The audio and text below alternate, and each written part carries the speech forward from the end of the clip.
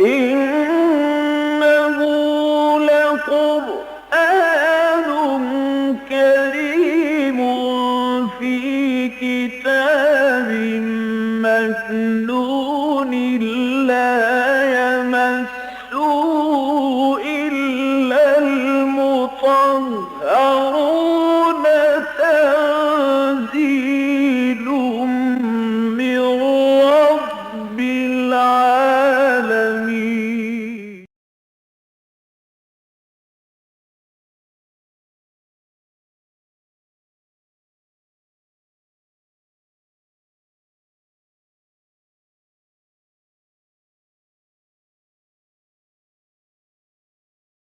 أعوذ بالله من الشيطان الرجيم. بسم الله الرحمن الرحيم. إنا أرسلنا نوحا إلى قومه أن أنذر قومك من قبل أن يأتيهم عذاب أليم. قال يا قوم إني لكم نذير مبين أن اعبدوا الله واتقوه وأطيعون يغفر لكم من ذنوبكم ويؤخركم إلى أجل مسمى إن أجل الله إذا جاء لا يؤخر لو كنتم تعلمون. قال رب إني دعوت قومي ليلا ونهارا فلم يزدهم دعائي إلا فرارا وإني كلما دعوتهم لتغفر لهم جعلوا أصابعهم في آذانهم واستغشوا ثيابهم وأصروا واستكبروا استكبارا. ثم إني دعوتهم جهارا ثم إني أعلنت لهم وأسررت لهم إسرارا. فقلت استغفروا ربكم إنه كان غفارا يرسل السماء عليكم مدرارا ويمددكم بأموال وبنين ويجعل لكم جنات ويجعل لكم أنهارا. ما لكم لا ترجون لله وقارا وقد خلقكم أطوارا. ألم تروا كيف خلق الله 7 سماوات طباقا وجعل القمر فيهن نورا وجعل الشمس سراجا والله أنبتكم من الأرض نباتا ثم يعيدكم فيها ويخرجكم إخراجا. صدق الله العظيم. رب اشرح لي صدري ويسر لي أمري واحلل عقدة من لساني يفقه قولي. اللهم ألهمنا رشدنا واعذنا من شرور أنفسنا آمین یا رب العالمین. حضرات سورہ نوح آج ہمیں انشاءاللہ شروع ہم نے کر دی ہے. اللہ کی رحمت سے امید ہے کہ انشاءاللہ اسے آج مکمل بھی ہم کر لیں گے انشاءاللہ. جیسا کہ میں نے عرض کیا تھا کہ مکی صورتوں کا ایک سلسلہ ہے کہ جو اب اس وقت ہمارے زیر مطالعہ ہے. یہ سورہ مبارکہ 2 رکوع اور کل 28 آیات پر مشتمل ہے، بہت ہی مختصر لیکن بہت ہی جامع اور بہت ہی گہری آیات۔ قرآن حکیم میں 6 صورتیں وہ ہیں کہ جو انبیاء اور رسول کے ناموں سے موسوم ہیں۔ اگر مصحف کے آغاز سے ہم شروع کریں گے تو سب سے پہلے سورہ یونس، حضرت یونس علیہ السلام اللہ کے جلیل القدر پیغمبر ہی نہیں بلکہ رسول۔ اس کے فوراً بعد ہے سورہ ہود جو قوم عاد کی طرف بھیجے گئے، حضرت ہود علیہ السلام۔ اس کے بعد سورہ یوسف ہے، ایک سورت چھوڑ کر پھر سورہ ابراہیم ہے۔ گویا کہ 4 صورتیں وہ ہیں جو قرآن حکیم میں یکے بعد دیگرے جو ہے مکی صورتیں ایک دوسرے کے بعد موجود۔ اس کے بعد اور آگے چلیں تو سورہ محمد صلی اللہ علیہ وسلم، اور پھر یہ سورہ نوح ہے۔ یہ کل 6 صورتیں ہیں قرآن حکیم کے 114 صورتوں میں سے جو انبیاء اور رسول کے نام سے موسوم ہیں۔ اگرچہ نبی اکرم صلی اللہ علیہ وسلم کے جہاں بہت سے نام آئے ہیں، آپ مبشر بھی ہیں، خوشخبری دینے والے بھی ہیں، منذر بھی ہیں، خبردار کرنے والے بھی ہیں، اسی طرح آپ حاشر بھی ہیں، بہت سے نام ہیں، جیسا کہ اللہ تعالیٰ کے 99 نام ہیں۔ تو بہت سے مصاحف میں آپ نے دیکھا ہوگا کہ قرآن حکیم کے بالکل آغاز میں جو ہے اللہ کے 99 نام موجود ہیں، اور قرآن کے بالکل اختتام پر جو جلد کے اندر کا صفحہ ہوتا ہے وہاں جو ہے محمد رسول اللہ صلی اللہ علیہ وسلم کے بھی تقریباً اتنے ہی نام ہیں کہ جو وہاں موجود ہیں۔ لہذا اگر آپ دیکھیں گے تو قرآن حکیم میں 4 صورتیں وہ ہیں کہ جو حضور صلی اللہ علیہ وسلم کے اپنے ناموں کے ساتھ موسوم ہیں۔ سورہ مزمل، یا ایھا المزمل قم اللیل الا قلیلا۔ اسی طرح سورہ مدثر ہے، یا ایھا المدثر قم فانذر وربک فکبر۔ اسی طرح 2 صورتیں اور ہیں، ایک سورہ طٰہٰ ہے اور سورہ یاسین ہے۔ جہاں بھی نبی اکرم صلی اللہ علیہ وسلم کے ناموں کا ذکر ہوتا ہے تو حضور کے ناموں میں سے ایک نام جو ہے طٰہٰ بھی ہے اور ایک یاسین بھی ہے، اس لیے کہ ان حروف مقطعات کے فوراً بعد جو الفاظ ہیں طٰہٰ، اور اس کے بعد اے نبی صلی اللہ علیہ وسلم ہم نے آپ پر یہ قرآن اس لیے نازل نہیں کیا کہ آپ مشقت میں پڑ جائیں۔ اسی طرح سورہ یاسین، یاسین والقرآن الحکیم انک لمن المرسلین، اے نبی صلی اللہ علیہ وسلم آپ ہیں اللہ کے فرستادہ، اللہ کے بھیجے ہوئے، اللہ کے رسول۔ تو سورہ طٰہٰ ہے، پھر سورہ یاسین ہے، پھر سورہ مزمل ہے، پھر سورہ مدثر ہے، اور پھر سورہ محمد صلی اللہ علیہ وسلم۔ اگر انہیں جمع کریں گے تو 5 نام قرآن حکیم کی صورتوں کے وہ ہیں جو حضور صلی اللہ علیہ وسلم کے اپنے ناموں سے موسوم ہیں۔ باقی یہ سورہ مبارکہ جو ہے اس کا نام انا ارسلنا نوحا الی قومہ پہلی ہی آیت سے ماخوذ ہے، اور زمانہ نزول اس سورہ مبارکہ کا سن 5 یا 6 نبوی ہے، اس لیے کہ محسوس ہوتا ہے کہ نبی اکرم صلی اللہ علیہ وسلم کو دعوت و تبلیغ کا فریضہ انجام دیتے ہوئے اب کچھ سال بیت چکے ہیں، اور حضور کی شدید ترین مخالفت بھی ہو رہی ہے۔ ابھی یہ جو آیات ہم پڑھیں گے اور اس کا ترجمہ آپ کے سامنے آئے گا تو اس میں خاص طور پر اس حوالے سے بھی کہ حضرت نوح علیہ السلام کی زندگی کو بطور ایک نشان پیش کیا گیا کہ اللہ کا وہ رسول وہ تھا جو 950 برس تک یہ کام کرتا رہا تھا، دعوت و تبلیغ کا، لوگوں کو بلانے کا، توحید کے پیغام کو لوگوں تک پہنچانے کا، لیکن لوگ ٹس سے بس نہیں ہوئے۔ ابھی نبی اکرم صلی اللہ علیہ وسلم کو اپنی دعوت کا آغاز کیے ہوئے تقریباً 5 یا 6 برس گزرے ہیں،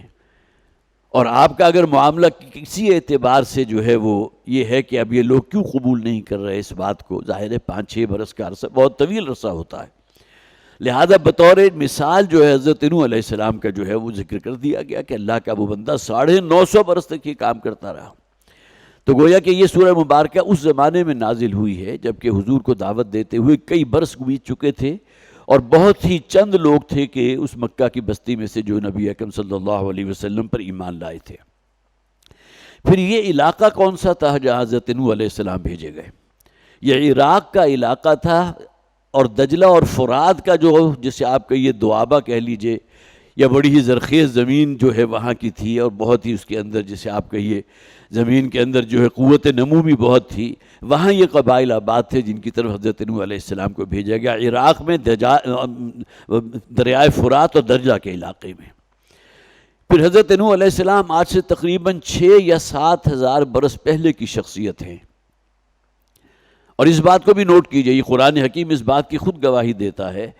کہ نبی اکرم صلی اللہ علیہ وسلم جو اگرچہ ملت ابراہیمی میں سے ہیں، بنو اسماعیل میں سے ہیں،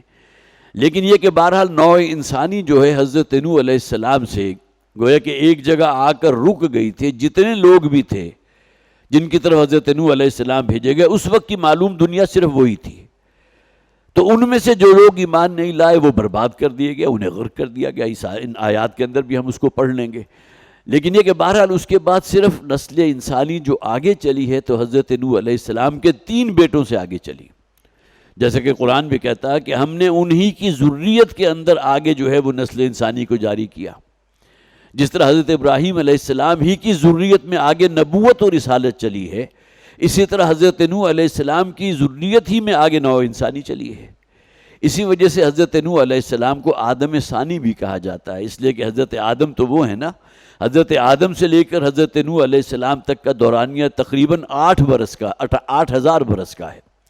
اس دورانیے میں صرف ایک رسول وہ ہیں کہ جن کا ذکر قرآن میں موجود ہے، وہ حضرت ادریس علیہ السلام ہیں۔ گویا کہ 8,000 برس کا یہ عرصہ حضرت نوح سے لے کر حضرت آدم سے لے کر حضرت نوح علیہ السلام تک، اس میں صرف ایک نبی حضرت ادریس علیہ السلام کا ذکر قرآن میں موجود ہے، اور اس کے بعد پھر حضرت نوح سے جو اولاد چلی ہے ان کی اولاد آگے وہ نوع انسانی ہے کہ جو آج بھی موجود ہے۔ اس میں گویا کہ جتنے بھی انسان ہیں وہ حضرت نوح علیہ السلام کے ان 3 بیٹوں کی اولاد کی نسل در نسل میں آج موجود ہیں۔ یہ چند باتیں تو وہ تھی کہ جو میں نے چاہا کہ سورت کے آغاز سے پہلے آپ حضرات کے گوش گزار کر دوں۔ اب آئیے کہ سورت کا ہم مطالعہ شروع کرتے ہیں۔ فرمایا انا ارسلنا نوحا الی قومہ، ہم نے بھیجا حضرت نوح علیہ السلام کو ان کی قوم کی طرف، ان انذر قومک من قبل ان یاتیہم عذاب علیم، کہ خبردار کرے اپنی قوم کو اس سے پہلے کہ ان کو کوئی ایسا عذاب آ پکڑے جو ان کے لیے بڑا دردناک ہوگا۔ اللہ تعالیٰ نے جس نبی اور رسول کو قوم کی طرف بھیجا تو اتمام حجت کے طور پر بھیجا، اگرچہ جیسا کہ میں نے عرض کر چکا ہوں کہ نبوت اور رسالت میں اس اعتبار سے ایک فرق موجود ہے کہ نبی جو ہے وہ اگرچہ بہت ہی نیک اور بہت ہی صالح اور اللہ کے چنیدہ بندوں میں سے ایک بندہ ہوتا ہے، جیسا کہ فرمایا گیا نا کہ اللہ یصطفی من الملائکۃ رسلا ومن الناس، اللہ تعالیٰ انسانوں میں سے بھی اور فرشتوں میں سے بھی اپنے ایک فرد کو، انسانوں میں سے کسی فرد کو اور فرشتوں میں سے حضرت جبرائیل علیہ السلام کو اللہ تعالیٰ نے منتخب کر دیا کہ وہ اللہ کے پیغام کو اس نبی اور رسول تک پہنچائے جو اس پیغام کو آگے پھر نوع انسانی تک پہنچاتے ہیں۔ تو انا ارسلنا نوحا الی قومہ، جیسا کہ حضرت ہود علیہ السلام کو قوم عاد کی طرف بھیجا گیا، قوم سمود کی طرف حضرت صالح علیہ السلام کو بھیجا گیا، اہل مدین کی طرف حضرت شعیب علیہ السلام کو بھیجا گیا، یہی معاملہ حضرت نوح علیہ السلام کا ہے، انہیں اس قوم کی طرف بھیجا گیا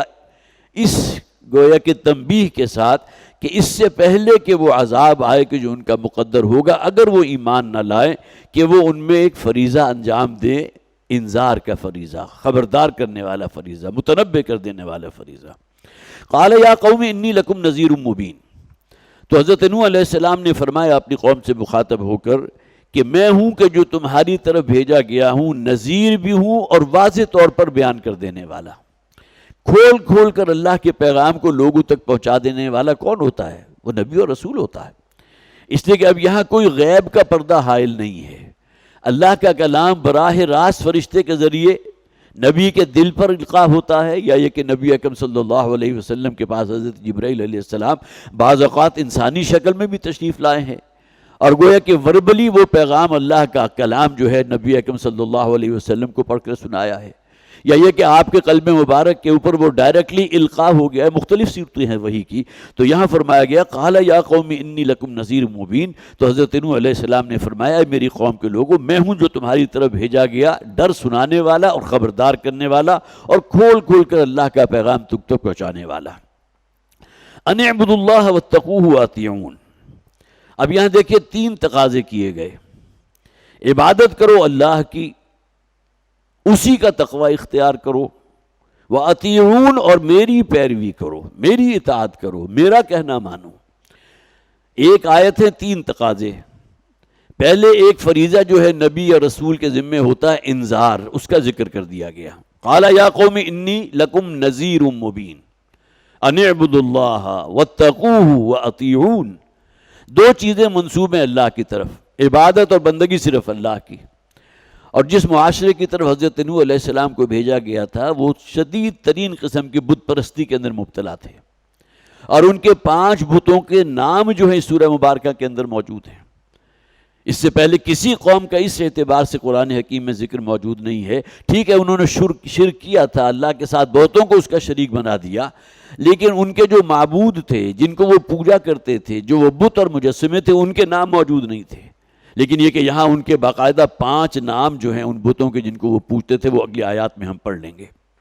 تو عبادت اور بندگی صرف اللہ کی، پوجا صرف اسی کی، تقوی دل میں خوف، اور ہر قدم جو رکھو وہ اس اعتبار سے سوچ کر رکھو کہ کہیں میرا رب مجھ سے ناراض نہ ہو جائے۔ واتقوہ واطیعون، اور یہاں اطاعت کس کی ہوگی؟ ہر رسول یہ دعویٰ کرتا ہے میری اطاعت کرو۔ یہ جو ترجمہ میں نے آپ کے سامنے رکھا تو اس سے تو یہ بات بھی واضح ہوتی ہے نا کہ گویا کہ نبی اکرم صلی اللہ علیہ وسلم ہوں یا جتنے بھی رسول اللہ تعالیٰ نے بھیجے وہ اپنی اطاعت کا حکم دے رہے ہیں۔ قرآن حکیم میں اس بات کو واضح کر دیا گیا، وَمَن يُطِعِ الرَّسُولَ فَقَدْ أَطَاعَ اللَّهَ، اس لیے کہ رسول اللہ کا نمائندہ ہوتا ہے جو لوگوں کی طرف بھیجا گیا، اور جو شخص بھی رسول کی اطاعت کرتا ہے وہ اصلاً رسول کی اطاعت نہیں کر رہا ہے، وہ اللہ کی اطاعت کر رہا ہے۔ جو فرمایا گیا نا وَمَن يَعْصِ اللَّهَ وَرَسُولَهُ، جو بھی نافرمانی کرے گا اللہ کی، اس کے معنی کیا ہے؟ وہ رسول کی نافرمانی کرے گا۔ جب قرآن مکمل ہو گیا اور اس میں ہدایات جو ہیں وہ اپنی تکمیل تک پہنچ گئی، تو اب جو گویا کہ ڈوز اینڈ ڈونٹس جو ہیں اس کا معیار قرآن ہے۔ جو قرآن میں کہا گیا وَمَا آتَاكُمُ الرَّسُولُ فَخُذُوهُ وَمَا نَهَاكُمْ عَنْهُ فَانْتَهُوا، وہاں بھی ریفرنس رسول کا دیا گیا کہ رسول جس بات کا تمہیں حکم دیں اسے مضبوطی سے تھام لو، پکڑ لو اس کو۔ حدیث میں تو الفاظ وہ ہیں کہ اسے جس طرح کسی شے کو تم دانتوں سے پکڑتے ہو جکڑ کر، یہ معاملہ تمہارا ہونا چاہیے اللہ کی کتاب اور اللہ کے رسول صلی اللہ علیہ وسلم کی سنت کے ساتھ۔ تو یہاں بھی جو فرمایا گیا ان اعبدوا اللہ واتقوہ، 2 تقاضے وہ جن کا تعلق اللہ کے ساتھ ہے، بندگی صرف اللہ کی، پوجا صرف اللہ کی، اور اس کے ساتھ جو ہے دل میں خوف جو ہے، ظاہر ہے کہ بندگی ہوگی جس کا تعلق ظاہر کے ساتھ ہے۔ آپ عمل کیا کر رہے ہیں؟ کوئی ایسا عمل تو نہیں کر رہے جس سے آپ کا رب، آپ کا خالق آپ سے ناراض ہو جائے۔ تو عمل جو ہے وہ اس کا تعلق خارج سے ہے، اور تقویٰ کا تعلق باطن سے ہے، دل میں خدا کا خوف موجود ہو۔ وَأَطِیعُونَ اور میری اطاعت کرو، یغفر لکم من ذنوبکم، اللہ تعالیٰ تمہارے گناہوں کو معاف فرما دے گا۔ یہ من جو ہے وہ تبعیضیہ بھی کہلا سکتا ہے، اس اعتبار سے کہ جب تک تم رسول کی دعوت پر لبیک نہیں کہتے اور صدق دل سے رسول پر ایمان نہیں لاتے، تو اس سے پہلے کہ جتنے بھی گناہ ہیں اگر ایمان لے آؤ گے اللہ معاف فرما دے گا۔ اس میں وہ من جو ہے تبعیضیہ نہیں رہا، یہ نہیں کہ تمہارے گناہوں میں سے بعض کو اللہ معاف فرما دے گا۔ یہاں ترجمہ تمام جو مفسرین نے اس میں یہی کہا ہے، کیا گیا ہے کہ اللہ تمہارے تمام گناہوں کو معاف فرما دے گا۔ ظاہر ہے کہ یہ وہ عمل ہے کسی انسان کا شرک یا کفر سے تائب ہو کر اسلام میں داخل ہو جانا، کہ اس کی زندگی کے بقیہ جتنے بھی اعمال ہیں، جو گناہ اس نے کمائے تھے، خواہ وہ کوہ احد سے بڑھ کر ہوں، سب اللہ تعالیٰ معاف فرما دے گا۔ یغفر لکم من ذنوبکم ویؤخرکم الی اجل مسمی، اور تمہیں ڈھیل دے گا، تمہارے معاملے کو مؤخر کرے گا ایک متعین مدت تک کے لیے۔ یہ اجل مسمی کیا ہے؟ وہ ہماری موت کا وقت ہے، جو اللہ تعالیٰ نے سانس لکھ دی ہیں اس دنیا کے اندر،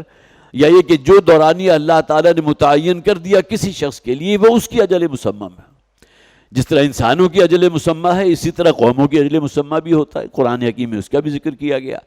جب اس قوم کے اوپر وہ وقت معین جو ہے اللہ تعالیٰ کی طرف جو متعین کر دیا گیا وہ جو آ گیا، تو پھر اللہ کا عذاب ان پر ٹوٹ پڑا اور پوری کی پوری قوم جو ہے ہلاک کر دی گئی۔ یہاں فرمایا گیا تمہارے معاملے کو اگر تم اللہ پر اور اللہ کے رسول پر ایمان لے آؤ گے، تمہارے نہ صرف یہ کہ گناہوں کو اللہ تعالیٰ معاف فرما دے گا، بلکہ یہ کہ تمہیں ڈھیل دے گا، تمہیں مہلت دے گا، دیکھے گا فَنَنْظُرَ كَيْفَ تَعْمَلُونَ، پھر اللہ تعالیٰ دیکھا کہ تم کیسے اعمال کرتے ہو، کیا تمہاری سیرت و کردار ہے، کن رستوں کو اپناتے ہو، آیا وہ تقوی اور اللہ کی فرما برداری اور بندگی والا رستہ اختیار کرتے ہو، یا شیطان کے نقش پا کی پیروی میں لگ جاتے ہو۔ ان اجل اللہ اذا جاء لا یؤخر، اس لیے کہ یہ ایک حقیقت ہے کہ اللہ کا متعین کردہ ہوا وقت جو ہے وہ جب آ جاتا ہے لا یؤخر، پر اس کو ہرگز مؤخر نہیں کیا جاتا، پھر کوئی ڈیل کا معاملہ نہیں ہوتا۔ اب انسان عین اس وقت پر جب کہ فرشتہ اجل جو ہے اس کی روح قبض کرنے کے لیے بےتاب ہے اور بھیج دیا گیا ہے، اور وہ خواہ کتنا ہی کہے کہ میں استغفار کرتا ہوں، میں توبہ کرتا ہوں، جو کچھ تو نے مجھے دیا، سورہ منافقین میں جو فرمایا گیا لولا اخرتنی الی اجل قریب فاصدق واکن من الصالحین،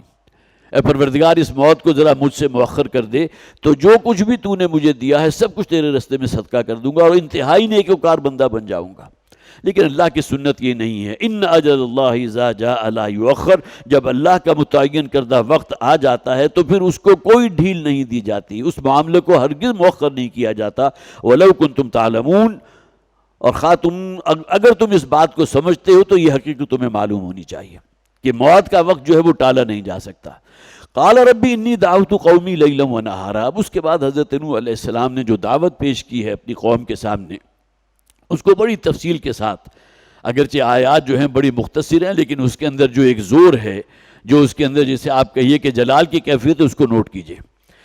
حضرت نوح علیہ السلام نے فرمایا ربی، اے میرے پروردگار، انی دعوت قومی لیلا ونہارا۔ اب یہاں معلوم ہوتا ہے کہ یہ جو فریاد ہے حضرت نوح علیہ السلام کی، اب انہیں وہ دعوت و تبلیغ کا فریضہ انجام دیتے ہوئے جسے آپ کہیے ممکن ہے 3-4 صدیاں بیت چکی ہوں اور قوم ٹس سے مس ہونے کو تیار نہیں ہے۔ اے پروردگار، میں بلاتا رہا اپنی قوم کو لیلا ونہارا، رات کے اوقات میں بھی اور دن کے اوقات میں بھی۔ ظاہر ہے کہ نبی کو جو فریضہ اس کے کاندھوں پر ڈالا جاتا ہے اس کی انجام دہی کے لیے وہ یہ تو نہیں دیکھتا کہ دن ہے یا رات ہے، لوگوں تک اس بات کو پہنچانا۔ نبی اکرم صلی اللہ علیہ وسلم کی سیرت کا مطالعہ کیجئے، جیسے ہی آپ کو خبر ملتی تھی کہ مکہ کے جو گرد و نواح ہے وہاں کسی قافلے نے آ کر پڑاؤ کیا ہے تو حضور وہاں پہنچ جایا کرتے تھے۔ یہ الگ بات ہے کہ لیلا و نہارا سے مراد جسے ہم کہتے ہیں دن رات اس نے محنت کی ہے، لیکن ظاہر ہے کہ رات کے اوقات میں بھی اگر وہ فرض منصبی جو ہے اس درجے انسان کے اوپر، اس کے اعصاب کے اوپر اس درجے حاوی ہے تو ان اوقات کو بھی جو ہے وہ سپیئر نہیں کرتا۔ اور سب سے بڑھ کر یہ کہ رات کا تخلیہ تو اپنے رب کے ساتھ لو لگانے کے لیے بھی ہے نا۔ دن میں اگر دعوت و تبلیغ کا کام ہو رہا ہے تو رات کے اوقات میں نبی اکرم صلی اللہ علیہ وسلم اپنی قوم کی ہدایت کے لیے دعا کر رہے ہیں اللہ کے حضور۔ حضرت عمر رضی اللہ تعالیٰ عنہ اس وقت ایمان نہیں لائے تھے اور حضور کی دعاؤں میں یہ دعا شامل تھی، اے پروردگار عمر ابن خطاب یا عمرو ابن حشام، ان دونوں میں سے ایک کو اپنے دین کے لیے قبول فرما لے۔ تو رات کا تخلیہ جو ہے حضور کا اس کیفیت سے گزرتا تھا، اور صرف یہی نہیں بلکہ ہر نبی و رسول کا یہ معاملہ تھا۔ قال ربی انی دعوت قومی لیلا ونہارا فلم یزدہم دعائی الا فرارا، تو میرے پکار کا ان پر اس کے سوا کوئی اثر نہیں ہوا کہ ان کے فرار ہی میں اضافہ ہو گیا۔ چاہیے تو یہ تھا کہ وہ میری اس پکار کے نتیجے میں میرے قریب آتے، اے پروردگار تیری اس دعوت کو قبول کر لیتے، تجھ پر ایمان لاتے، تیری بندگی کا حق ادا کرنے کے لیے آگے بڑھتے۔ لیکن ان کا معاملہ کیا تھا کہ جیسے جیسے میں انہیں پکارتا تھا وہ مجھ سے دور بھاگ رہے تھے۔ وَإِنِّي كُلَّمَا دَعَوْتُهُمْ لِتَغْفِرَ لَهُمْ جَعَلُوا أَصَابِعَهُمْ فِي آذَانِهِمْ، اور جب بھی میں نے انہیں دعوت دی ہے، ابھی فریاد جو ہے حضرت نوح کی اپنے رب سے ہے، لِتَغْفِرَ لَهُمْ، تاکہ پروردگار تو ان کی مغفرت فرما دے۔ دعوت کس بات کی تھی؟ ایمان لاؤ اللہ پر، اس کو ایک مانتے ہوئے اللہ تمہارے تمام گناہوں کو معاف فرما دے گا، جیسا کہ ہم نے پیچھے پڑھ لیا۔ اور تم سے اس جنت کا وعدہ کیا گیا ہے اللہ کی طرف سے کہ جو اس نے خاص طور پر اپنے نیکوکار لوگوں کے لیے تیار کی ہے۔ لیکن ان کا معاملہ کیا تھا؟ فراریت ان کے اندر پیدا ہو گئی، اور جب بھی میں نے ان کو پکارا ہے لِتَغْفِرَ لَهُمْ، کہ اے پروردگار تاکہ تو ان کو بخش دے، ان کے گناہوں کو معاف فرما دے، جَعَلُوا أَصَابِعَهُمْ فِي آذَانِهِمْ، تو انہوں نے اپنے کانوں میں انگلیاں ٹھوس لی، وَاسْتَغْشَوْا ثِيَابَهُمْ، اور اپنے اوپر اپنے کپڑے اوڑھ لیے، اپنی چادریں یا کمبل جو کچھ بھی تھا ان کو اپنے سروں پر ڈال لیا، وَأَصَرُّوا، اور اڑ گئے، ضد کے اوپر قائم ہو گئے، وَاسْتَكْبَرُوا اسْتِكْبَارًا، اور بہت ہی بڑا غرور کیا انہوں نے، حد سے بڑھ کر غرور۔ اب یہ دیکھیے قوم کا ریئیکشن کیا ہے۔ یہ کسی انسان کی ایک باڈی لینگویج ہوتی ہے کہ اگر وہ آپ کی طرف توجہ نہیں کرنا چاہتا تو اپنا رخ پھیر لیتا ہے، آپ کو فیس نہیں کرتا، آپ کی بات سننے کو تیار نہیں ہوتا، اور پھر اس میں اس حد تک چلے جانا کہ کہیں کوئی بات میری کانوں میں پڑھ کر میرے دل یا میرے دماغ تک نہ پہنچ جائے، اپنے کانوں کے اندر انگلیاں ٹھوس لینا۔ یہاں گویا کہ وہ تمام چیزیں اختیار کر دی گئیں کہ جس سے ان لوگوں کے اندر جو بیزاری تھی اس دعوت توحید کے لیے، اور حضرت نوح علیہ السلام کی جو پکار اپنے ان اللہ کے بندوں کو دے رہے تھے، اس سے جو فراریت ان کے اندر تھی، تو اس کا نقشہ کیا کھینچا گیا؟ جعلوا اصابعہم، اور اپنے کانوں کے اندر انہوں نے انگلیاں ٹھونس لی، واستغشوا ثیابہم، اور اپنے چہروں کو ڈھانپ لیا۔ اور جیسا کہ میں نے عرض کیا کہ انسان کی بیزاری کا ایک عالم یہ بھی ہوتا ہے، اگر لیٹا ہوا ہے اور کوئی کپڑا اس کے پاس ہے تو گویا کہ اپنے منہ کے اوپر ڈال لیتا ہے، میں تمہاری بات بھی سننے کو تیار نہیں ہوں۔ بلکہ اس کا ترجمہ اگر یہ کیا جائے، تمہاری بات سننا تو درکنار، میں تمہارا چہرہ دیکھنے کو تیار نہیں۔ تو اب یہ گویا کہ جسے آپ کہیے اعراض کی انتہا ہو سکتی ہے کسی شخص کی بیزاری کی، اور بیزاری رد عمل کس بات کا تھا کہ حضرت نوح علیہ السلام اسے رب کی دعوت دے رہے تھے۔ ثم انی دعوتہم جہارا، اور اے پروردگار پھر ایسا نہیں بلکہ میں نے انہیں بلند آواز کے ساتھ بھی پکارا ہے۔ یہی بلند آواز تھی جو نبی اکرم صلی اللہ علیہ وسلم جب کوہ صفا پر چڑھے تھے اور اس پر چڑھ کر آپ نے جو نعرہ لگایا تھا، واہ صباحا، ہائے وہ صبح جو طلوع ہونے والی ہے۔ تو جہارا کے اندر گویا کہ اعلان کسی بات کو لوگوں تک پہنچانے کی کوشش کرنا۔ تو اے پروردگار میں نے تو ان تک تیری بات پہنچائی ہے، انی دعوتہم جہارا، میں نے انہیں دعوت دی ہے بلند آوازی کے ساتھ بھی۔ ثم انی اعلنت لہم، اعلان بھی ان کے سامنے تیرا پیغام رکھا ہے، واسررت لہم اسرارا، اور چھپ کر اور خفیہ طور پر ایک ایک کے دروازے پر جا کر میں نے دستک دی ہے اور تیرے پیغام کے جو ہے ان لوگوں تک پہنچانے کی کوشش کی۔ اب یہاں وہی دیکھ لیے کہ حضرت نوح علیہ السلام نے جس اعتبار سے تگ و دو کی تھی اس کے لیے کیا الفاظ یہاں استعمال ہو رہے ہیں۔ فَقُلْتُ اسْتَغْفِرُوا رَبَّكُمْ، اور میں نے تو انہیں کہا تھا کہ استغفار کرو اپنے رب کے سامنے۔ گناہوں کی پوٹ ہو تم، گناہوں کی دلدل میں گردن تک دھسے ہوئے ہو، شرک جیسی نجاست جو ہے وہ تمہارا دین ہے، تمہارا عقیدہ ہے، لیکن اللہ تعالیٰ سب کچھ معاف فرما دے گا بشرطے کہ اس توحید پر قائم ہو جاؤ جو اللہ نے دے کر مجھے بھیجا۔ فَقُلْتُ اسْتَغْفِرُوا رَبَّكُمْ، تو میں نے ان سے یہ کہا، ان سے مطالبہ کیا استغفار کرو اپنے رب کے سامنے، اپنے گناہوں کی مغفرت چاہو اپنے رب سے۔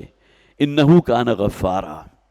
یقیناً وہ رب جو ہے وہ انتہائی معاف فرمانے والا۔ غفار اصل میں مبالغے کا صیغہ ہے جس میں اللہ تعالیٰ کی شان مغفرت جو ہے، شان غفوری جو ہے وہ اپنے کلائمیکس پر ہے، وہ تمہارے بڑے سے بڑے گناہ کو معاف فرما دے گا۔ کتنا ہی بڑا گناہ تم نے کیا ہو، لیکن صدق دل سے اگر تم دائرہ اسلام، اس لیے کہ اسلام تو ہمیشہ سے حضرت آدم سے لے کر نبی اکرم صلی اللہ علیہ وسلم تک دین جو ہے وہ تو اسلام رہا ہے۔ حضرت ابراہیم علیہ السلام بھی جو دعا مانگ رہے تھے، اگرچہ حضرت ابراہیم علیہ السلام حضور سے تقریباً 2000 پہلے کی شخصیت ہیں، تو اس میں انہوں نے دعا کیا مانگی تھی؟ اے پروردگار ہم دونوں کو اپنا مسلمان بندہ بنائے رکھ، ربنا وجعلنا مسلمین لک ومن ذریتنا امۃ مسلمۃ لک، اور ایک وہ ذریت اور وہ امت برپا کیجو جو امت مسلمہ ہوئی، دعا حضرت ابراہیم علیہ السلام کی۔ تو گویا کہ یہ اسلام جو ہے، جو گویا کہ دائرہ اسلام میں داخل ہو جانا پچھلے تمام گناہوں کا جو ہے وہ کفارہ بن جاتا ہے۔ استغفار کرو اپنے رب کے حضور، انہ کان غفارا، یقیناً وہ بہت معاف فرمانے والا ہے۔ یرسل السماء علیکم مدرارا، وہ تمہارے اوپر آسمان سے چھاجوں بارش برسائے گا۔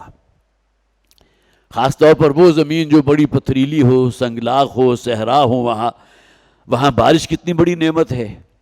اور بارش میں بھی یہاں جو صیغہ استعمال کیا مدرارا، جس میں کوئی وقفہ نہ ہو، جو بالکل تسلسل کے ساتھ جو ہے اللہ تعالیٰ کی طرف سے وہ مائع مبارک جو ہے نازل کیا جا رہا ہو۔ یہ آگے جن چیزوں کا ذکر کیا گیا ہے وہ تمام نتیجہ کس بات کا ہے؟ صدق دل سے اپنے رب کے حضور استغفار کرو، توبہ کرو۔ استغفار میں دونوں معنی شامل ہیں، اپنے گناہوں کے اوپر ندامت بھی ہے، پچھتاوا بھی ہے، پشیمانی بھی ہے، اور اس کے ساتھ ہی جو ہے اللہ کے حضور انابت کا جذبہ بھی ہے، رجوع کا جذبہ بھی ہے۔ توبہ کی شرائط کے اندر یہ بھی تو ہے نا، الا من تاب وآمن وعمل عملا صالحا، تجدید ایمان کی کیفیت بھی ہونی چاہیے۔ تو یہاں یہ جو دعا ہے جو کہی گئی، استغفروا ربکم انہ کان غفارا یرسل السماء علیکم مدرارا، سب سے پہلا وعدہ کیا ہے کہ وہ تمہارے گناہوں کو معاف فرمائے گا، انہ کان غفارا۔ پھر یہ کہ یہ جو سنگلاخ زمین ہے، جو پیاسی زمین ہے، اللہ تعالیٰ چھاجوں بارش برسائے گا۔ وَيُمْدِدْكُمْ بِأَمْوَالٍ وَبَنِينَ، اور پھر اضافہ فرمائے گا، تمہاری مدد فرمائے گا، تمہارے مال میں بھی برکت ہوگی، اضافہ ہوگا، وَبَنِينَ، اور تمہاری اولاد اور بیٹوں میں بھی اللہ تعالیٰ اضافہ فرمائے گا، برکت فرمائے گا۔ وَيَجْعَلْ لَكُمْ جَنَّاتٍ وَيَجْعَلْ لَكُمْ أَنْهَارًا، اور تمہارے لیے زمین کو گل و گلزار بنا دے گا، اور یہاں تمہارے لیے نہریں اور چشمے بہا دے گا۔ اب کتنے وعدے ہیں کہ جو کل کے رول گویا کہ گھوم رہے ہیں استغفار کے ساتھ۔ یہی وجہ حضرت عمر رضی اللہ تعالیٰ عنہ کے دور میں ایک مرتبہ بڑا شدید قحط پڑا تھا، تو حضرت عمر نکلے اللہ کے حضور دعا کرنے کے لیے کہ اللہ تعالیٰ آسمان سے بارش نازل فرما تاکہ یہ جو پیاسی زمین ہے وہ بھی سیراب ہو، اور جو پیاسی تیری مخلوق ہے جس میں صرف انسان نہیں ہے، چرند بھی ہے، پرند بھی ہیں، حیوانات بھی ہیں، وہ ہوش بھی ہیں، تمام چیزیں اس کے اندر شامل ہیں تاکہ وہ بھی اس سے استفادہ کریں۔ اب کھلے میدان میں پہنچے تو حضرت عمر رضی اللہ تعالیٰ عنہ نے سوائے استغفار کے اور کوئی دعا نہیں کی۔ تو جو بھی مجمع تھا ان میں سے چند ایک نے حضرت عمر سے سوال کیا کہ ہم آئے تو یہاں اس لیے تھے کہ اللہ کے حضور بارش کی دعا کریں گے، اور آپ نے صرف استغفار کیا۔ اب ان کی طرف سے جسے آپ کہیے کہ جو انداز تھا استفہامیہ، اس کا جواب جو حضرت عمر رضی اللہ تعالیٰ عنہ دے رہے ہیں وہ اسی بنیاد پر دے رہے ہیں جو یہاں کہا گیا۔ حضرت عمر نے فرمایا کہ میں نے تو اصل میں ان دروازوں کو کھٹکھٹایا ہے کہ جہاں سے بارش نازل ہوگی، اور بطور دلیل حضرت عمر نے یہ آیت مبارکہ پڑھی ہے سورہ نوح کی آیت کہ جس میں ایک بات کا مطالبہ کیا، استغفار کرو اپنے رب سے، اور اس کے بعد سب سے پہلی چیز جو بیان کی گئی کہ وہ کیا تھی، آسمان سے اللہ تعالیٰ بارش نازل فرمائے گا، لہٰذا میں نے تو ان دروازوں پر جا کر دستک دی ہے کہ وہ دروازے کھلیں گے تو اللہ کے حکم سے کھلیں گے،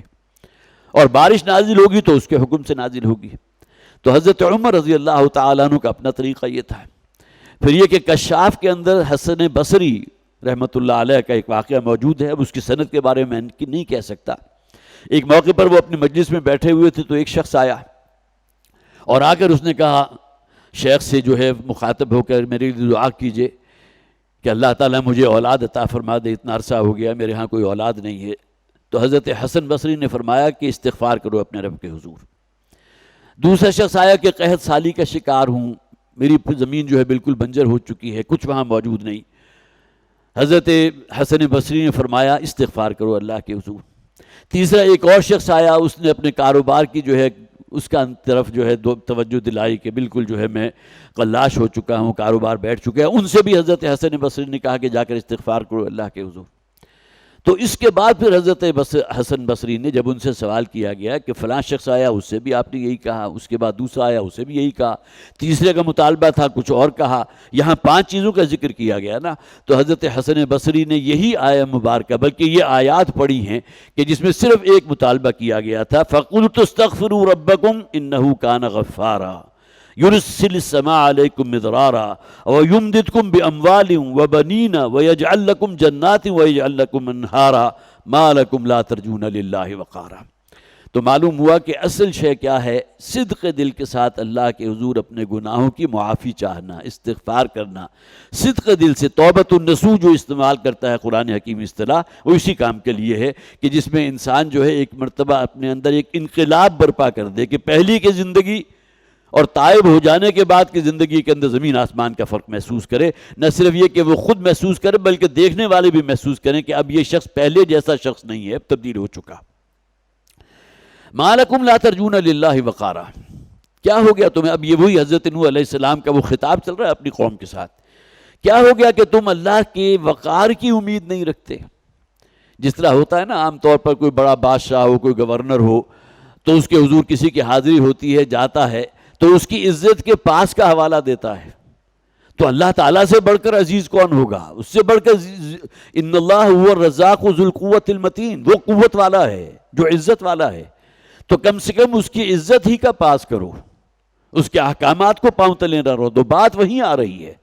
ان اعبدوا ربکم، اپنے رب کی عبادت کرو، اس کا تقوی اختیار کرو اور میری اطاعت کرو۔ حضرت نوح نے اپنی طرف اشارہ کر کے کہا تو وَأَطِیعُونِی، اور میری اطاعت کرو۔ تو فرمایا گیا مَا لَکُمْ لَا تَرْجُونَ لِلَّهِ وَقَارًا، کیوں تم امید نہیں رکھتے اللہ کے وقار اور اس کی عظمت کی کہ خواہ تمہارے گناہ جو ہے پہاڑوں جتنے ہوں اللہ تعالیٰ سب معاف فرما دے گا، اور سب سے بڑھ کر یہ کہ تمہارے اندر کچھ شرم حیا ہونی چاہیے۔ وہ رب کا جس کا دیا ہوا اتنا کچھ ہے جس کو تم شمار نہیں کر سکتے، لیکن اس کے باوجود بھی اگر تمہارا طرز زندگی وہ ہے جو نافرمانی اور اللہ کے حدود کو پامال کرنے والا ہے، تو ظاہر ہے کہ یہ گویا کہ اللہ کے وقار کے منافی و طرز عمل ہے۔ وَقَدْ خَلَقَكُمْ أَطْوَارًا، اور اس نے تو تمہیں پیدا کیا ہے مختلف انداز میں، اطوارا طور کی جمع ہے اطوار، اور اطوار اصل میں کہتے ہیں یہاں بھی کہا گیا طرح طرح کے اعتبار سے۔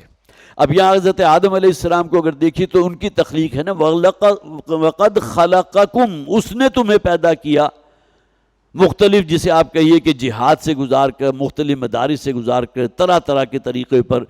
کوئی انسان دوسرے کے مشابہ نہیں ہے، عقل اور ذہانت کے اندر دو اشخاص ایک دوسرے سے ملتے نہیں ہیں، شکل و صورت میں نہیں ملتے، رنگ و روپ میں نہیں ملتے، اور اسی طرح دنیا میں کوئی دو انسان ایسے نہیں کہ جن کا لہجہ ایک جیسا ہو، جن کی شکل و صورت ایسی ہو. تو ہر نوع سے اللہ تعالیٰ نے انسانوں کی جو تخلیق کی ہے، حضرت آدم کی تخلیق ہوئی تو اس میں 7 درجوں کا ذکر کر دیا گیا. آدم کو پیدا کیا ہم نے مٹی سے، آدم کو پیدا کیا ہم نے گارے سے، آدم کو پیدا کیا ہم نے اس گارے سے کہ جو سن چکا ہو، جس کے اندر چپچپاہٹ پیدا ہو چکی ہو، تین لازب جسے قرآن حکیم نے کہا. اور وہی تین لازب جو ہے اس کے اندر جب سڑاند پیدا ہو جائے تو حمیم مسنون بن گیا، سنے ہوئے گارے سے. اور وہی گارا جب کھنکنے لگا بالکل ٹھیکری بن کر، یہ ساری کی ساری اصطلاحات حضرت آدم کی تخلیق میں بیان کر دی گئیں. اگرچہ صرف کوئی شخص یہ مانتا ہے کہ آدم کو مٹی سے پیدا کیا، بالکل صحیح ہے، لیکن قرآن حکیم میں یہ مختلف انداز اختیار کیے گئے. یہی معاملہ ہر انسان کی تخلیق کا بھی ہے. قرآن کا مطالعہ کیجئے، نطفے کا ذکر بھی ہے، مضغہ کا ذکر بھی ہے، علقہ کا ذکر بھی ہے. اس کے بعد یہ ہے کہ اللہ تعالیٰ جو ہے پھر ہڈیاں پیدا کرتا ہے، اور اس کے بعد اگلی سٹیج آتی ہے جس میں اس ہڈیوں کے اوپر گوشت چڑھایا جاتا ہے. اور اس کے بعد پھر وہ سٹیج آتی ہے جب کہ روح انسانی کو اس جسد کے ساتھ لا کر منسلک کر دیا جاتا ہے، اور پھر اس بچے کی پیدائش ہوتی ہے. تو اتوارا کے اندر یہ تمام جہات موجود ہیں. ہم نے انسان کو پیدا کیا مختلف فیزز اور مختلف درجات سے گزار کر، خواب حضرت آدم علیہ السلام کی تخلیق ہو یا ہر انسان کی تخلیق ہو. الم تروا کیف خلق اللہ سبع سماوات طباقا، کیا تم نے کبھی غور نہیں کیا اللہ تعالیٰ نے کیسے یہ 7 آسمان پیدا فرما دیے، طباقا، طبق در طبق، تہ بر تہ.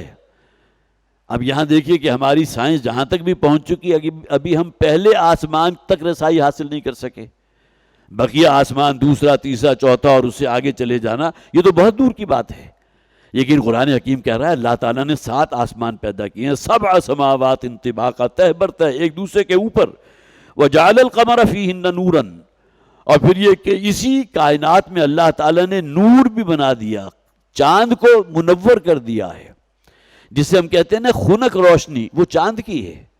جس کے اندر حرارت نہیں ہے، تمازت نہیں ہے. وہ گویا کہ سورج ہی کی روشنی کو ریفلیکٹ کر رہا ہے، کہ رات کو آپ کے لیے روشن کر دیتا ہے.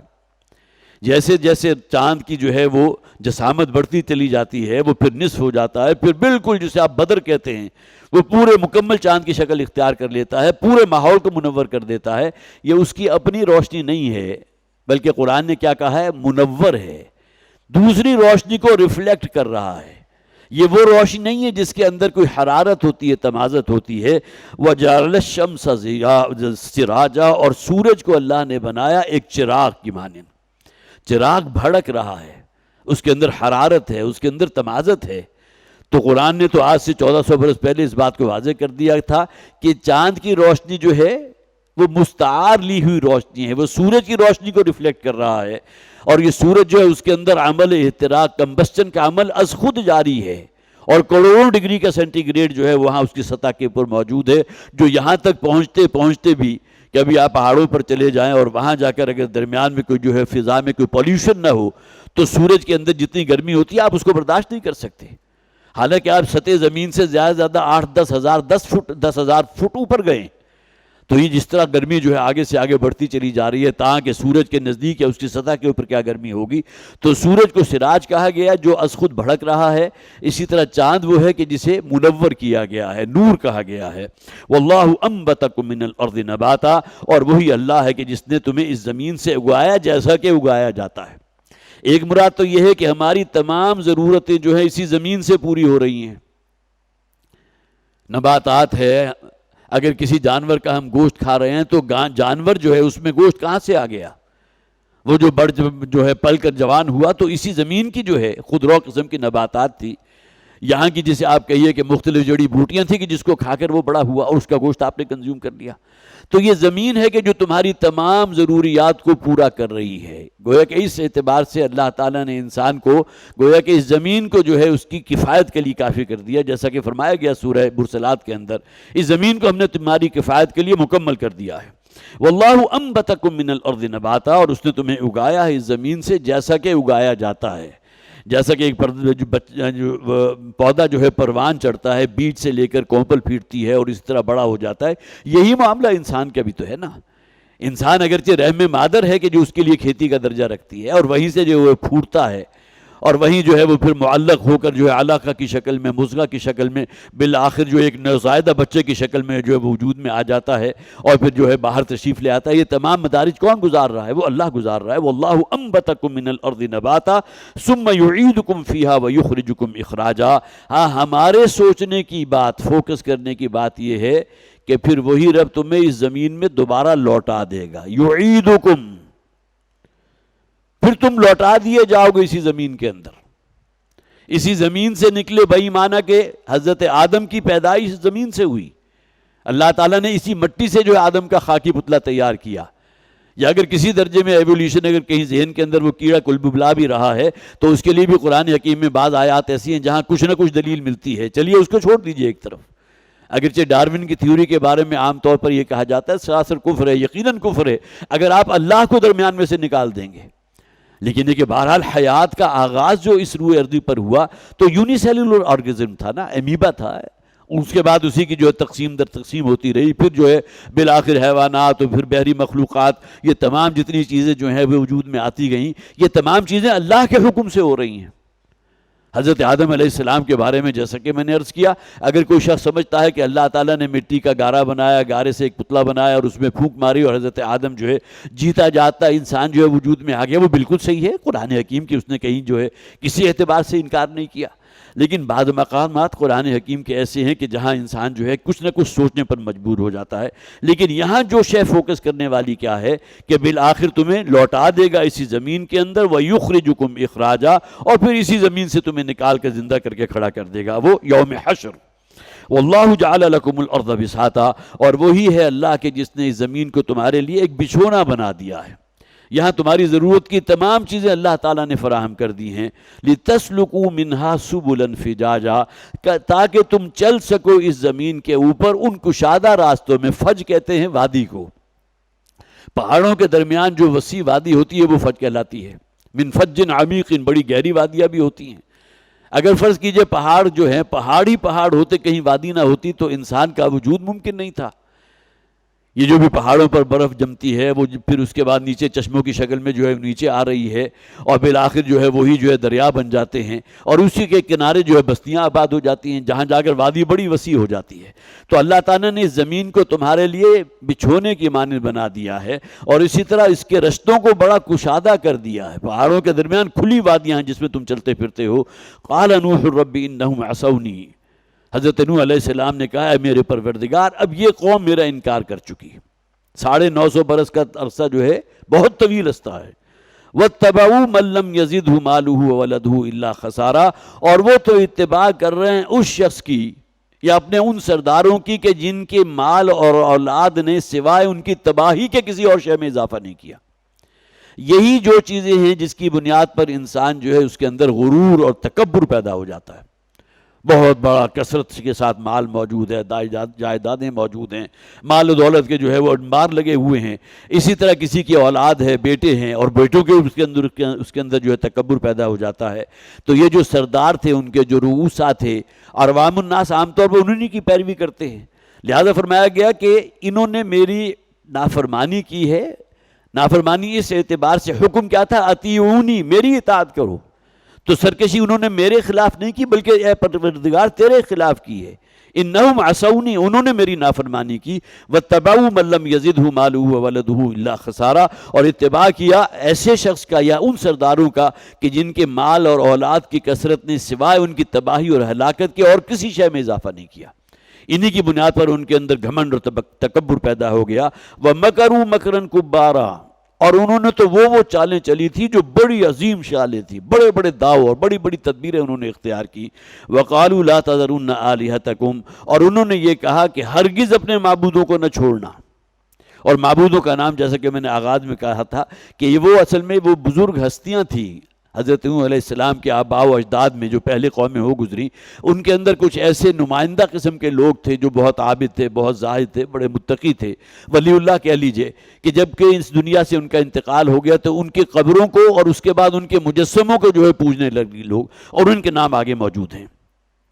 وَقَالُوا لَا تَذَرُنَّ آلِهَتَكُمْ، اور انہوں نے کہا کہ دیکھو اپنے معبودوں کے ساتھ جمے رہو، ان کو نہ چھوڑنا۔ وَلَا تَذَرُنَّ وَدًّا وَلَا سُوَاعًا وَلَا يَغُوثَ وَيَعُوقَ وَنَسْرًا، اور ہرگز نہ چھوڑنا نہ ود کو، نہ سوا کو، نہ یغوث کو، نہ یعوق کو اور نصر کو۔ یہ 5 نام یہاں قرآن نے گنوا دیے۔ اس کے بارے میں مختلف روایات ہیں۔ بعض روایات کے جو میں مطالعہ کر رہا تھا مختلف تفاسیر کا، کہ ود اصل میں ایک مرد کا مجسمہ تو بہت قوی ہیکل تھا، بڑا مسکولر قسم کی اس کی باڈی تھی، اور کچھ قبیلے کے لوگ اس کو پوجتے تھے، وہ ود تھا۔ اسی طرح سوا جو ہے ایک خاتون کا مجسمہ تھا، اور وہ بھی بہت ہی جسے آپ کہیے کہ بہت ہی تزئین کی ہوئی خاتون، اور اس کا جو ہے مجسمہ بنا کر کچھ قبیلے کے لوگ جو تھے ان کو پوجا کرتے تھے۔ یغوث وہ مجسمہ تھا کہ جس کا دھڑ جو تھا وہ تو انسانوں کا تھا، لیکن اس کا سر شیر کا تھا۔ جیسا کہ آپ نے دیکھا ہوگا ہندوؤں کے مندروں کے ہاں اس قسم کی مورتیاں بھی ہوتی ہیں کہ نیچے کا جسم جو ہے وہ تو انسان کا ہے، اوپر ہاتھی کا سر لگا ہوا ہے، یا انسان کا جسم ہے، کئی ہاتھ جو ہیں، 4 ہاتھ ایک طرف سے نکلے ہوئے ہیں، 4 ہاتھ دوسری طرف سے نکلے ہوئے ہیں۔ تو گویا کہ جسے آپ اب انسان کے اوپر ایک خوف اور رعب قائم کرنے کے لیے جو کچھ وہ کر سکتے تھے انہوں نے اپنے طور پر کیا۔ تو وہ مجسمہ کہ جس کا جسم انسان کا تھا لیکن اس کا سر جو ہے وہ شیر کی مانند تھا۔ اسی طرح یعوق بھی ان کے ہاں ایک مجسمہ تھا جس کا جسم جو ہے وہ تو اصل میں انسان کی طرح تھا، لیکن سر کی جگہ وہ گھوڑے کا سر لگایا ہوا تھا۔ اب یہ انسان کی اپنی جسے آپ کا یہ ذہنیت ہے نا کہ جیسے چاہا اس نے اپنے لیے معبود تراش لیا۔ اب یہ مختلف قسم کے مختلف بزرگوں کے ناموں کے ساتھ موسوم یہ مجسمے ان کے ہاں موجود تھے۔ اسی طرح نسر جو تھا، نسر اصل میں عربی لغت میں کہتے ہیں گدھ کو، تو بہت بڑا گدھ جو ہے اس کی شکل بنا دی، اس کا مجسمہ بنا دیا۔ اب گویا کہ یہ بھی ان کے جو ہے پوجا پاٹ کا ایک ذریعہ بن گیا، وہاں آ کر اس کو سامنے دنڈوت کرتے تھے اور سر ٹیکتے تھے۔ یا اب یہ روایات میں یہ کیفیت بھی بیان ہوئی ہے۔ اسی طرح بخاری میں حضرت عبداللہ ابن عباس رضی اللہ تعالیٰ عنہ کا ایک قول موجود ہے جس میں انہوں نے تفصیل بیان کی ہے کہ ود اصل میں بنو کلب والوں کا بت تھا، اس کا نام ود تھا، بنو کلب جو قبیلہ موجود تھا عرب میں۔ اسی طرح سوا جو ہے وہ حزیل قبیلے کی دیوی کا نام تھا۔ اسی طرح یغوث جو ہے بنو غطیف کا بت تھا، وہ ایک مجسمہ تھا کہ جس کی بنو غطیف قبیلے کے لوگ جو ہے اس کی پرستش کرتے تھے، پوجا پاٹ کرتے تھے۔ اسی طرح یعوق جو ہے قبیلہ ہمدان کا بت تھا، اور اسی طرح نصر جو ہے وہ قبیلہ حمیر کا بت تھا۔ مختلف قبائل نے اپنے اپنے بت اور دیوی اور دیوتا جو ہے وہ سجا رکھے تھے، اور اپنے علاقوں میں بھی ان کے مجسمے نصب کیے ہوئے تھے، اور اسی طرح ان کی ایک منییچر جو ہے وہ لا کر بیت اللہ کے اندر بھی سجا دی تھی۔ یہی وجہ کہ آپ جو سنتے ہیں کہ بیت اللہ میں 360 بت موجود تھے جب حضور داخل ہوئے بیت اللہ کا دروازہ کھول کر، اور آپ کے ہاتھ میں ایک عصا تھا، اور ایک ایک مجسمے ایک ایک بت کو جو ہے آپ گرا رہے تھے، اور جاء الحق وزهق الباطل ان الباطل كان زهوقا، اور حضور کی زبان پر یہ ترانہ تھا کہ حق آ گیا اور باطل ختم ہوا۔ تو یہ 5 افراد کے نام جو ان کے بزرگ تھے ان کے نام سے مجسمے انہوں نے تراش رکھے تھے۔ وَقَدْ أَضَلُّوا كَثِيرًا وَلَا تَزِدِ الظَّالِمِينَ إِلَّا ضَلَالًا، اور یہ تو وہ لوگ ہیں جنہوں نے بہت سے اور لوگوں کو، ان کی نسل کی نسلیں جو ہے وہ گمراہ ہو گئیں۔ وَلَا تَزِدِ الظَّالِمِينَ إِلَّا ضَلَالًا، اور اے پروردگار مت اضافہ کر اب ان ظالموں کی مگر ضلالت اور گمراہی میں۔ اور یہاں یہ الفاظ اگر حضرت نوح علیہ السلام کی زبان سے نکلے ہیں تو پس منظر میں رکھیے، سینکڑوں برس کی محنت ہے دعوت و تبلیغ کی، لیکن یہ کہ قوم ٹسمس ہونے کو تیار نہیں۔ مما خطیئاتہم اغرقوا فادخلوا نارا، اب ان کے یہ جرائم تھی جن کی بنیاد پر ان تمام لوگوں کو اللہ نے غرق کر دیا۔ وہ طوفان نوح جس کا ذکر قرآن میں مختلف مقامات پر موجود ہیں، فادخلوا نارا، اور پھر انہیں آگ میں داخل کر دیا گیا۔ اب دیکھیے قرآن حکیم کا یہ وہ مقام ہے کہ جس سے ثابت ہوتا ہے کہ اس دنیا میں انسان کو ہلاک کرنے کے بعد ہی اس کی عاقبت کی ریفلیکشن شروع ہو جاتی ہے، جسے ہم عذاب قبر کہتے ہیں یا عالم برزخ کا عذاب کہتے ہیں۔ بہت سے لوگ وہ ہیں کہ جو نہیں مانتے، قبر کے عذاب کو نہیں مانتے، برزخی زندگی کو نہیں مانتے، وہ سمجھتے ہیں یہاں مر گیا انسان تو ختم ہوا، اب تو قیامت کے دن جی اٹھے گا، جبکہ یہ پورا دورانیہ ہر شخص کے لیے وہ ریفلیکشن ہے۔ حضور کی حدیث موجود ہے، اللہ تعالیٰ اس قبر کو انسانوں کے لیے جنت کے باغوں میں سے ایک باغ کی شکل میں تبدیل کرتا ہے یا جہنم کے گڑھوں میں سے گڑھا بنا دیتا ہے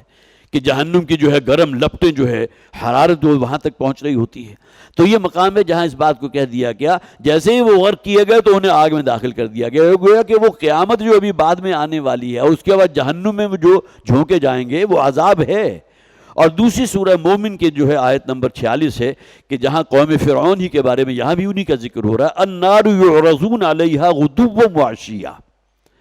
یہ جو آل فرعون ہے جو غرق کر دیے گئے، تو یہ نہ سمجھنا قیامت تک کے لیے اب گویا کہ ابھی ختم ہو گئے، نہیں، بلکہ صبح و شام جہنم کی آگ کی لپٹیں ان کے اوپر پیش کی جاتی ہیں۔ النار یعرضون علیہا غدوا وعشیا۔ اب ان دو مقامات کے ہونے کے باوجود اگر کوئی شخص جو ہے قبر کی زندگی یا اس قبر کے عذاب یا عالم برزخ کی جو کیفیات ہیں اس کا انکار کرتا ہے تو میں نہیں سمجھتا کہ وہ کوئی معقول بات کر رہا ہے۔ مما خطیاتہم اغرقوا فادخلوا نارا فلم یجدوا لهم من دون اللہ انصارا، اور پھر وہ نہ پایا انہوں نے اللہ کے سوا کسی اور کو مددگار، نہ آخرت میں کوئی حمایتی ہوگا ان کا، نہ اس دنیا میں کوئی ان کی مدد کو آ سکا۔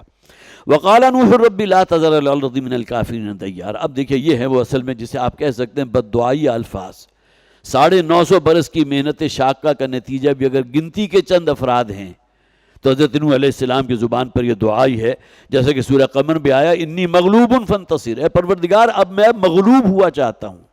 یہ قوم اب مجھ پر غالب آنے کے لیے جو ہے بالکل گویا کہ تیار بیٹھی ہے، اور فیصلہ کر گیا تھا اس قوم کی طرف سے کہ حضرت نوح علیہ السلام کا جو ایمان لائے ان کو قتل کر دیا جائے یا ان کو رجم کر دیا جائے، وہاں سے یہ جلا وطن کر دیا جائے، تو مدد فرما۔ وہاں بھی سورہ قمر کے اندر بھی الفاظ موجود ہیں، اور یہاں ہے وقال نوح رب لا تذر، اور کہا حضرت نوح علیہ السلام نے اے پروردگار لا تذر علی الارض من الکافرین دیارا، اس زمین پر اب ان کافروں کا کوئی ایک گھر بھی بستہ نہ چھوڑ،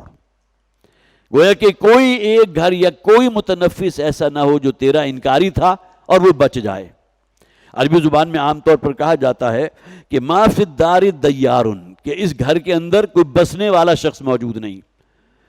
کہ گھر تو موجود ہے لیکن یہاں کوئی شخص ایسا نہیں ہے کہ جس کی وجہ سے ہم کہیں کہ یہاں کوئی بستا ہے، یہاں کوئی رہتا ہے۔ تو دیارہ کے الفاظ آئے کہ اے پروردگار کوئی بسنے والا گھر اس زمین کے اوپر باقی نہ چھوڑ جو تیرا منکر ہو چکا، انک ان تذرہم، اس لیے کہ اگر ان میں سے کوئی ایک بچ گیا، تو نے کسی ایک کو چھوڑ دیا، یضل عبادک، تو نتیجہ کیا نکلے گا؟ جو بقیہ لوگ ہیں یہ ان کی اپنی آل اولاد کو بھی وہ گمراہ کر دیں گے، ولا یلدوا الا فاجرا کفارا، اور نہیں جنیں گے مگر سوائے اس کے کہ جو تیرا انتہائی نافرمان فاسق اور فاجر ہوگا اور تیرا انتہائی کفر کرنے والا ہوگا۔ اب یہ آخری الفاظ ہیں جو ہو سکتے ہیں، جسے آپ کہتے ہیں نا کہ کسی قوم کا بیج مار دیا جائے کہ اس کے بعد اب گویا کہ ان کی نسل میں بھی کوئی ایسا نہ ہو کہ جو اللہ کا انکار کرنے والا ہو۔ اور پھر ظاہر ہے اس وقت کی جو معلوم دنیا تھی وہ تو تمام لوگ پھر غرق کر دیے گئے، بچے صرف وہی تھے جو حضرت نوح علیہ السلام کی اس کشتی میں اللہ کے حکم سے اللہ نے حضرت نوح نے جو ہے اپنی اس کشتی میں ان کو سوار کر لیا تھا۔ رب اغفر لی ولی والدی، ابھی آخری آیت ہے سورہ مبارکہ کی، اے پروردگار میری بھی مغفرت فرما، مجھ سے اگر کوئی کوتاہیاں ہوئی ہیں یا محنت جو کرنی چاہیے تھی حق کے لیے دعوت کے لیے اس میں کہیں کوئی کمی رہ گئی ہے، پروردگار میری خطاؤں کو میری لغزشوں کو معاف فرما، ولی والدیہ، اور میرے آباء و اجداد میرے والدین ان کی بھی بخشش فرما، ولمن دخل بیتی مؤمنا وللمؤمنین والمؤمنات، ہر اس کی بخشش فرما کہ جو میرے گھر میں داخل ہو گیا، یہاں مراد یہ بھی ہے جو اسلام لے آیا، جو حلقہ بگوش اسلام ہو گیا، جس نے تیری توحید کا اقرار کر لیا، مومنن جو ایمان کے ساتھ ہو، وللمؤمنین، اور مغفرت فرما ان کی جو مومنین ہیں، والمؤمنات، اور ان کی بھی جو مومن خواتین ہیں، مردوں اور خواتین کو بھی جمع کر لیا گیا، ہر ایسے شخص کو جس کے دل میں ایمان ہے، ان تمام کے لیے حضرت نوح علیہ السلام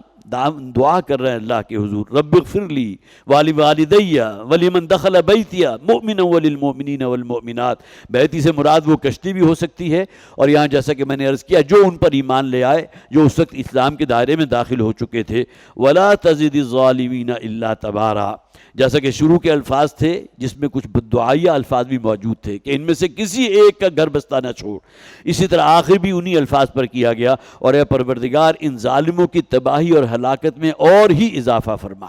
اب اس میں کہیں کوئی کمی نہیں ہونی چاہیے، اور جیسا کہ میں نے عرض کیا تھا کہ یہ الفاظ حضرت نوح علیہ السلام کی زبان پر آئے،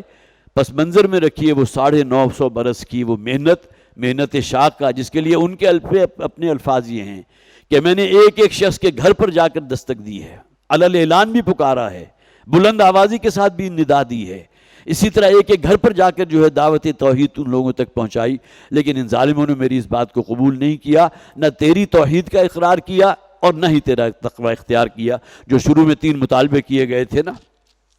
ان اعبدوا اللہ واتقوہ واطیعون، عبادت کرو، بندگی اختیار کرو اپنے رب کی، اور اسی طرح اس کا تقوی اختیار کرو اور میری اطاعت کرو۔ تو گویا کہ یہ تمام لوگ جو اب ہلاک کر دیے گئے، نتیجہ کس بات کا تھا کہ انہوں نے نبی کی دعوت کو رد کر دیا، اللہ کا انکار کیا۔ اللہ تعالی ہمیں قرآن حکیم کو سمجھنے کی، اس پہ عبرت حاصل کرنے کی توفیق عطا فرمائے۔ بارک اللہ لی ولکم فی القرآن العظیم ونفعنی وإیاکم بالآیات والذکر الحکیم۔